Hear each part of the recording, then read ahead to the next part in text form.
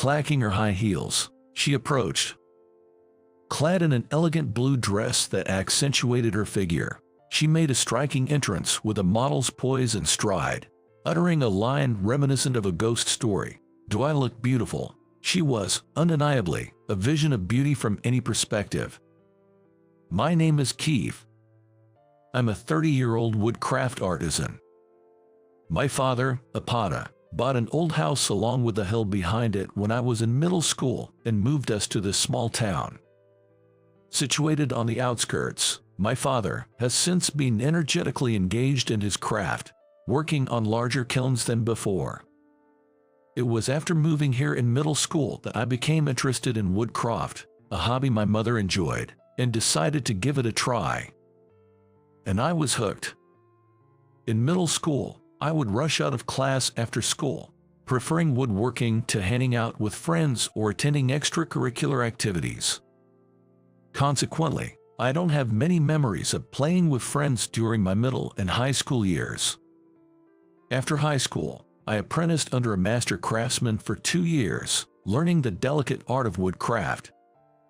Though I had the option to stay with my master, I chose to return home and work alongside my father.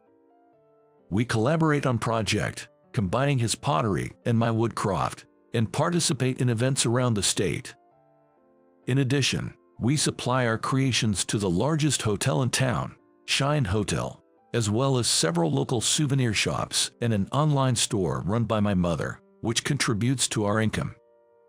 My mother, who loves crafting as much as my father, married him out of a shared passion and admiration for his work, choosing to support him behind the scenes while keeping her own crafting as a hobby. She also manages our finances, allowing my father and me to focus on our craft without worry. Around the time I returned home, my father began to actively participate in events.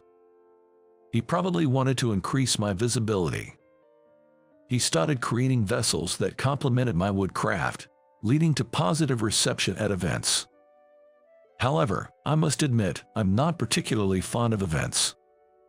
I'm the type who immerses myself in my work, quiet and not very good with words. Incapable of explaining to customers, I focus solely on creating my woodcraft, leaving the customer interactions to my father. Even when customers express admiration for my work, I continue with my head down, unable to offer much in the way of pleasantries. Often, such customers quickly leave upon seeing the prices. I can afford to sell my work cheaply because it involves a lot of time and effort. They probably feel bad just for looking. On the other hand, there are customers who appreciate the value of my work and make generous purchases. These events and the connections they foster have proven invaluable. I suddenly remember the event I participated in when I was 22. It was a 3-day event, and on the first day, around noon, a young girl visited. She might have been a high school student, though it's hard to estimate women's ages, and she appeared quite mature. She watched my hands work with sparkling eyes. Never tiring, always attentive. Reluctantly leaving at closing time, she returned from the morning of the second day and stayed till the end. The same happened on the third day, leaving me genuinely surprised. Though she occasionally tried to strike up a conversation, my reticence and focus often prevented a proper dialogue. I hadn't brought anything she could afford to this event. By the afternoon of the third day, moved by her dedication, I decided to give her something. Rummaged through my bag, I found a small piece of woodcraft. When I handed it to her saying, "This is for you," her eyes lit up. She said, "I'd love to visit someday," so I gave her my business card and a brochure of my workshop. With a beaming smile, she took them and left. I wonder how she's doing now. Thinking back to that event from 8 years ago, I can't help but smile. Humming a tune cheerfully, I refocus on my work. Then, I hear the sound of a rolling suitcase. Looking up, I see a woman walking towards me. It's rare for tourists to come this far, but if she's a customer, I should greet her. though there are more of my works sold in the touristy shopping district further from here. As I stand up to approach her, the woman suddenly starts running and rushes towards me. Then, with a burst of energy, she hugs me tightly and exclaims, "I've missed you so much." Confused by the sudden embrace from the woman, I'm taken aback. I'm not very accustomed to interactions with women. Confused, I almost push her away to free myself from her grasp. Upon taking a closer look at the woman, who had stumbled slightly, it became clear she was incredibly beautiful, with distinct facial features and a tall, slender figure. Additionally, she had a great figure. The moment it dawned on me that she had been sticking close to me all this time, my face felt so hot with excitement it seemed like it could catch fire. After my rejection of the hug, her face falls for a moment but quickly brightens back into a smile. "You haven't changed a bit. Still amazing, Keith. You're so cool." I'm even more puzzled that she knows my name. Then, she thrusts a small wood craft in front of me. "This is... Remember, you gave this to me at the event." It all comes back to me clearly. She's the girl who spent 3 days at the event, intently watching my work. I'm astounded by how much a woman can change in 8 years. As I stand there frozen in admiration, she declares, "I'm Sarah, 22 years old. Please let me be your apprentice starting today." I scrutinize her from head to toe with a puzzled look. She pouts under my gaze. "You said you'd take me as your apprentice," she insists, pressing the matter. "Wait, an apprentice? I never said anything like that. How could I? I'm not even at the age to take on apprentices." As I blurt this out in panic, she looked down with a saddened expression. But she's not one to give up easily. "There's no one better than you. Please be my master. Age doesn't matter." Who could argue with a beautiful and determined woman like this? As I stand there bewildered, my father emerges from the kiln at the back, drawn by the commotion. "What's the matter, Keith?" Before my father can finish, Sarah rushes over to him as well. He seems to remember her instantly. "Well, the girl who was glued to Keith back then. How nostalgic. Are you here for sightseeing?" But Sarah's next words leave my father speechless. "Nope, I'm here to become Keith's apprentice." Seeing her large suitcase, clearly packed with the intention not just to stay but to move in, my parents reluctantly invited Sarah inside the house. As we sit in the living room, Sarah talks nonstop. "Your pottery is truly spectacular." Flattered, my father suggests she stays for dinner. "This is incredibly delicious. Your cooking is the best, ma'am. Especially this stew. It's exquisite." Praised by Sarah, my mother smiled warmly and offered her to stay the night. While having coffee after dinner, Sarah enthusiastically praised, "Keith's delicate woodcraft adds a perfect touch to your work. Everything matches so beautifully. I really want to be Keith's apprentice." My parents were over the moon with such unrestrained compliments about my work. "Let her be your apprentice for now," they decide, allowing her to stay indefinitely. "What do you mean for now? How did it come to this?" I protest, baffled by the sudden turn of events. Waking up the next day, I found Sarah dressed in work clothes, staring at me with sparkling eyes. Me, with my just woke up messy hair, and her, a breathtaking beauty with light makeup and fully dressed. I quickly headed to the bathroom. It bothered me that my parents seemed amused as I, usually careless about my appearance, earnestly brushed my teeth. I decided to start teaching her the basics. We start by cutting the wood, trimming it to the desired length, and then splitting it to the required width. It's a mundane and tedious task, challenging to split straight, and supposed to be quite difficult. Yet, Sarah handled it with ease. "Since that day, I've been ordering wood and studying a lot," she said, proudly puffing out her chest. Impressed, I found myself admiring her dedication. But this wood is so easy to work with. It's nothing like what I've used before. What is this? It's amazing. The wood she had been using must have been of a different quality. Her genuine excitement was endearing. If she's 22 now, that means she was 14 at the time. A middle school girl going as far as to order wood for her studies. I was amazed at Sarah's hard work and initiative. Since she had a grasp of the basics, I asked her to create a piece. Her eyes sparkled as she immersed herself in the task. We chatted idly as we worked. It's surprising you grew to like something so mundane. At that, she quickly looked up and vehemently disagreed. It's not dull, it's cool.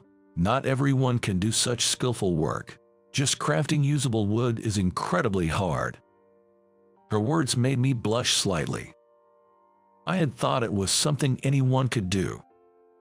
Just that I had started a bit early, and with some training, anyone could manage it.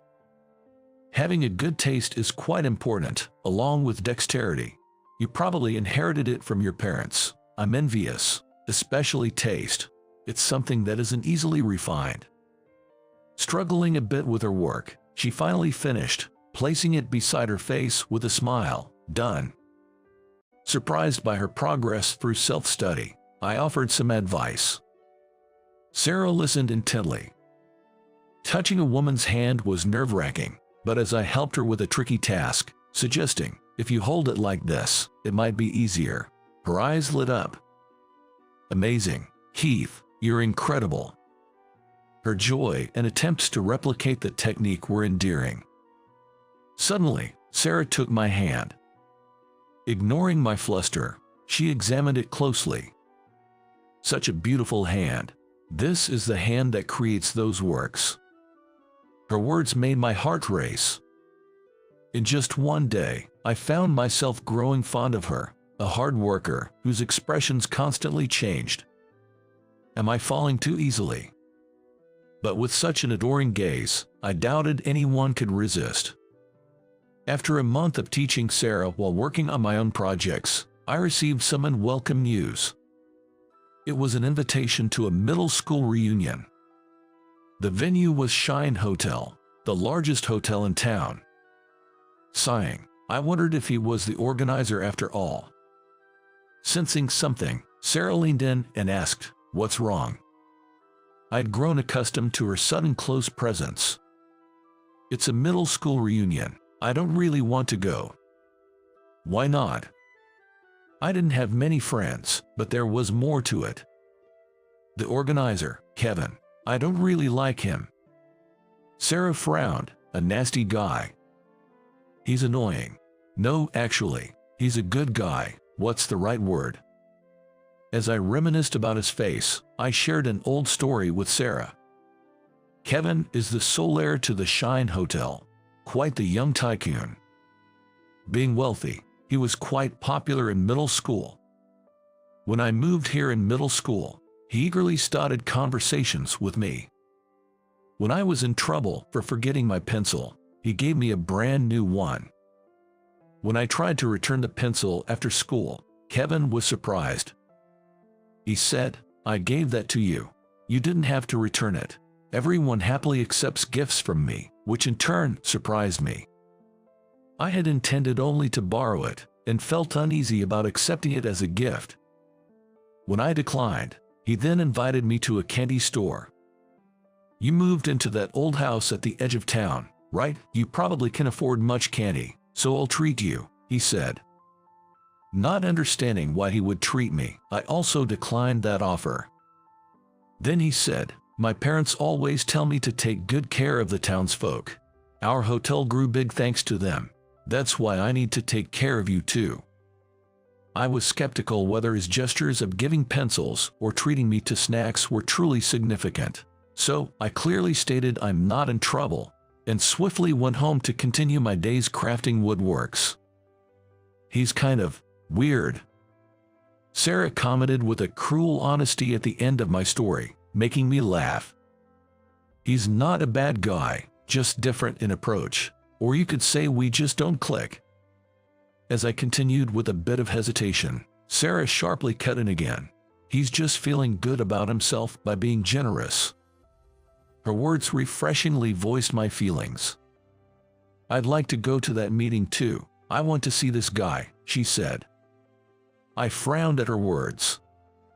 Since coming here, I haven't gone out much. I'd like to interact more with the people in town, she expressed her wish. That was something I couldn't ignore. The reunion invitation stated, "Guests welcome." Very typical of Kevin. That must be quite a challenge for those preparing, yet, despite his demeanor, he is well liked by the hotel staff. They would likely go out of their way for him. I marked will attend and wrote in +1 for the guest. A month later, the day of the reunion arrived. Walking alongside the dolled-up Sarah felt a bit embarrassing. It felt like we were on a date. The venue for the reunion was a new hall built by the Shine Hotel. A little away from the Shine Hotel establishment stood a somewhat smaller hall. It was probably Kevin's idea. As we approached the venue, Sarah, catching sight of the hotel's courtyard, said, "Go on ahead," and ran off towards it. Whenever she sees something beautiful, she can't help but dash towards it. Knowing this would take a while, I decided to go into the venue first. The reunion, though small and limited to our grade, was quite lively due to the open invite for companions. As I was looking around the hall, a voice came from behind. "You're still dressed in that shabby outfit, I see." Turning around, there stood Kevin in a crisply white suit. Despite thinking his taste questionable, I greeted him. Expecting him to quickly move on to greet others, he stayed put by me. "Still into making things, leading a dull life," he remarked. I chuckled and nodded at his comment. "Woodworking after just high school, right? Are you sure that's okay? I mean, my family buys from you regularly, but what about your future? It's unstable, expensive. I'm worried, you know." Despite saying he's concerned, he's really speaking his mind. "Don't worry, I'm fine. Thanks as always." Despite his blunt words, I thanked him, acknowledging his parents who actually bought my work. Sensing I was trying to end a conversation, Kevin tried to keep me engaged. "You've taken on an apprentice, I hear." Hearing that, I thought I should introduce Sarah, but before I could, he went on a tirade. An apprentice in woodworking, and a woman even volunteered for it. Must be quite the plain Jane, right? Why don't you join us for a mixer sometime? It's important to interact with beautiful women once in a while, you know. His one-sided rant left me feeling a bit annoyed. Sarah is not plain at all. I was about to say she's rather flashy when Kevin grinned mischievously. "Come on, that's got to be a lie. If she turns out to be a stunning beauty, I'll apologize," he laughed loudly. From behind Kevin, Sarah approached confidently, her high heels clicking. Wearing a revealing blue dress that accentuated her figure, Sarah, with her model-like poise and stride, left everyone mesmerized. She grabbed Kevin's shoulder, turning him towards her. Kevin was taken aback by the sudden appearance of a beautiful woman staring at him angrily, completely caught off guard and shrinking back. "Am I beautiful?" This line, which seemed like it came straight out of a ghost story, was uttered by her, leaving Kevin to stammer, "Beautiful, yes." Sarah, beaming with a broad smile, told him, then a profound apology. A flustered Kevin was told, "You said you'd apologize deeply if Keith's apprentice was a beauty." "I'm Sarah, Keith's apprentice. Apologize deeply." She's a bright and lovely woman, but can be scary when angry. She speaks her mind clearly, without hesitation or doubt. I placed my hand on Sarah's shoulder. Her shoulder was quite high up. Standing at 5'6", she put some extra effort into her look today by donning 3.5-inch heels. That alone was quite a sight to behold. By comparison, I'm 5'8". Standing next to Sarah in heels, I appeared shorter. "Sarah, stop it, that's enough," I said. She then glared at me with her beautiful face. Why, this person knows nothing about your work. To call such delicate craftsmanship plain is terrible. In my mind, I apologized to Kevin. Once Sarah gets like this, she's unstoppable. American woodworking, pottery, and crafts are all delicate and beautiful. How can you have such a terrible opinion? Your hotel is adorned with wonderful pieces by Keith and his father, yet you lack so much understanding. Kevin retorted to that. Isn't grandeur beautiful? This hall is meant to be a glamorous place. We're bringing in cultures not found in this town and hosting various events. Sarah frowned in response. Come with me. She grabbed Kevin's wrist and dragged him out of the hall forcibly. I followed them. Some curious classmates also tagged along. We arrived at the main courtyard of the Shine Hotel, the place Sarah had rushed to after being captivated upon arrival, leaving me behind. Look at this breathtaking garden. That pottery is a masterpiece by Keith's father, and this is a wooden light crafted by Keith with great care. It's magical. I could gaze at it for hours. Sarah spoke with an enraptured expression. Quietly nodding to Sarah's passionate speech, everyone, not just the men but also the women, was captivated by her entranced face. Keith and his father regularly maintain this garden, while the Shine Hotel staff clean it beautifully. Keith, even without being asked, picks up fallen leaves and dusts off dirt. It's these seemingly insignificant tasks that keep this garden beautiful. Doing something for someone else is all about this. No matter how many luxurious furnishings you place, a place won't be beautiful without heart, she argued. Besides working in the workshop, Sarah also accompanies us for deliveries and management. I've seen the courtyard of the Shine Hotel during the day, but this is my first time seeing it at night. The wooden lights cast a fantastical glow over the courtyard, which must have captivated everyone until just now. I wanted to hear more of Sarah's passionate arguments, but this could make her seem intimidating. Once again, I placed my hand on her shoulder and smiled. Sarah, thank you, Kevin. You said you buy our work, but that's not quite right, especially my father. He prioritizes Shine Hotel out of gratitude for your hospitality, I explained. Kevin was dumbfounded. In fact, my father had gradually become a renowned potter since I was in elementary school, and by the time we moved here, he was quite well known. Kevin's father, the owner of the Shine Hotel, came to visit us as soon as we moved into the vacant house in the mountains, begging us to allow him to purchase our work for the hotel. Since then, our relationship with the Shine Hotel has been positive, with several of my father's pieces among their furnishings. Kevin, I think it's great that you want to contribute to the town, but I don't believe it's about small gestures like treating classmates or giving things away. Try to step out of the mindset of giving and look at the town with a broader perspective, I said. Hearing this, Kevin hung his head. Our classmates also voiced their agreement with me. Though I must say, we're all thankful that the fee for this lavish reunion is just $10, I added, prompting laughter.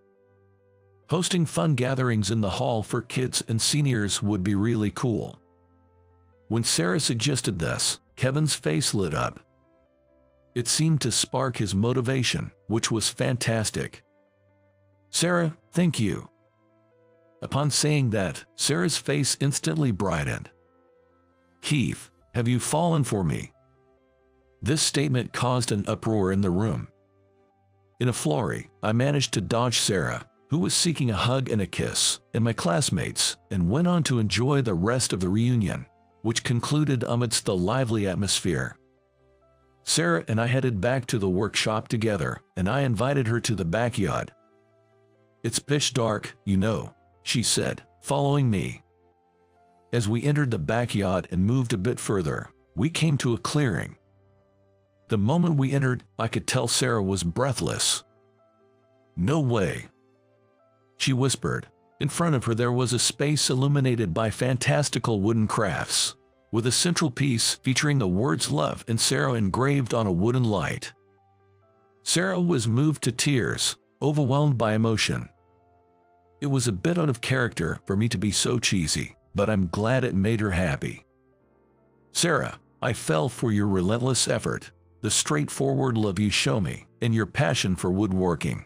I may be an older guy by 8 years, but I want you to be with me. As I said this, slightly embarrassed, Sarah hugged me tight. I'm so happy, truly happy. My 8 years of feelings weren't wasted. It seems Sarah had already fallen for me when we met at that event.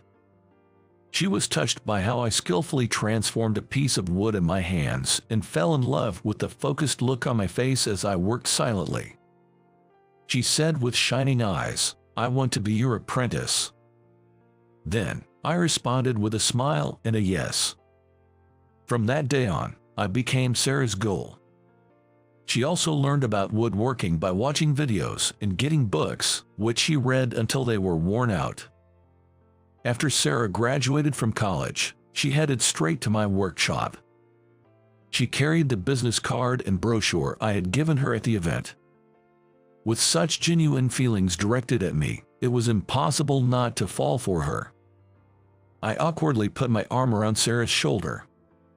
Thank you for making such a tremendous effort to find me. I want to reciprocate your earnest feelings. This light, it's my first gift to you. Do you like it? As I spoke, Sarah rested her head on my shoulder and said, very much so, but while forming a small circle with her fingers. The first gift from you was that small piece of woodworking. Her joy made my heart skip a beat. Wanting to give her something more, I picked a small clover. Twirling it around, I crafted a tiny ring. Sarah's face lit up, and she extended her left hand towards me. I chuckled softly and slid the clover ring onto her slender ring finger. Gazing at it intently, Sarah shed a single tear. I'm glad I worked so hard to get here. Upon hearing those words, I hugged her tightly and whispered, I will cherish you more than those 8 years you spent, with all my heart. Sarah hugged me back tightly. The moonlit night and the wooden light in the backyard turned into a magical space, a special place for Sarah and me.